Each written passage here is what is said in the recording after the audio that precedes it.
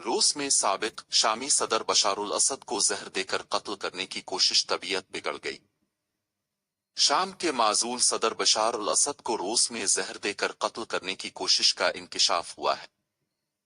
बरतानवी अखबार दी सुन की रिपोर्ट के मुताबिक ऑनलाइन अकाउंट जनरल SVR का कहना है कि बशार अल असद इतवार के रोज बीमार पड़ गए थे। रिपोर्ट में दावा किया गया है कि 59 साला बशार अल असद ने तिब्बी इमदाद मांगी, जिसके बाद उन्हें फौरी तौर पर शदीद खांसी का दौरा पड़ा और दम गोइठना शुरू हो गया। माजूल शामी सदर 8 दिसंबर 2024 से मॉस्को में व्लादिमीर पुतिन की निगरानी में रह रहे। ज़राए का कहना है कि इस बात पर यकीन करने की तमाम वजूहात मौजूद हैं कि कातिलाना हमले की कोशिश की गई थी। बताया जाता है कि असद का इलाज उनके अपार्टमेंट में किया गया और पीर के रोज उनकी हालत मुस्तहकम हो गई।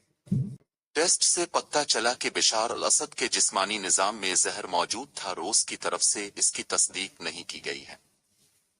याद रहे कि गुज़िश्ता माह ये इंकिशाफ हुआ था कि बशारुल असद की अहलिया अस्मा को बरतानिया वापस जाने से रोक दिया गया है। लंदन में पैदा होने वाली 49 साला साबिक शामी खातून अव्वल अपने पासपोर्ट की मियाद खत्म होने की वजह से वतन वापस नहीं जा सकेंगी। अस्मा, उनके डिक्टेटर शौहर और उनका खानदान इस वक्त मॉस्को में जलावतनी की जिंदगी गुजार रहा है। ये जोड़ा शाम में अपने खानदान के तवील दौर इक़्तिदार के खात्मे के बाद फरार होकर रूस में पनाह गुज़ीन हो गया था। क्योंकि असद के 2 दहाइयों तक इक़्तिदार में रहने के बाद बागियों ने चंद ही दिनों में इसका सफाया कर दिया था। रूसी सदर व्लादिमीर पुतिन ने उन्हें पनाह की पेशकश की थी क्योंकि वो मशरिक वस्ती फरार हो गए थे।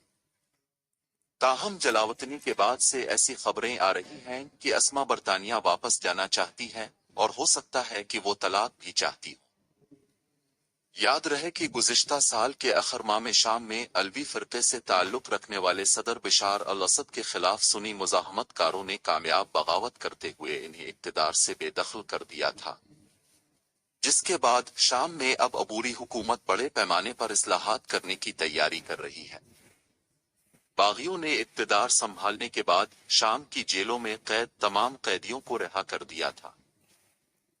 हफ्ते ही शाम की अबूरी हुकूमत ने तालीमी निसाब और कौमी तराने में तब्दीलियां मुतारिफ करवाने का ऐलान किया है, जिसमें एक तहरीर में असद का नाम भी हज़्फ किया जाएगा। शाम के अक़लियती ग्रुपों ने निसाब में तब्दीली पर तशवीश का इजहार किया है।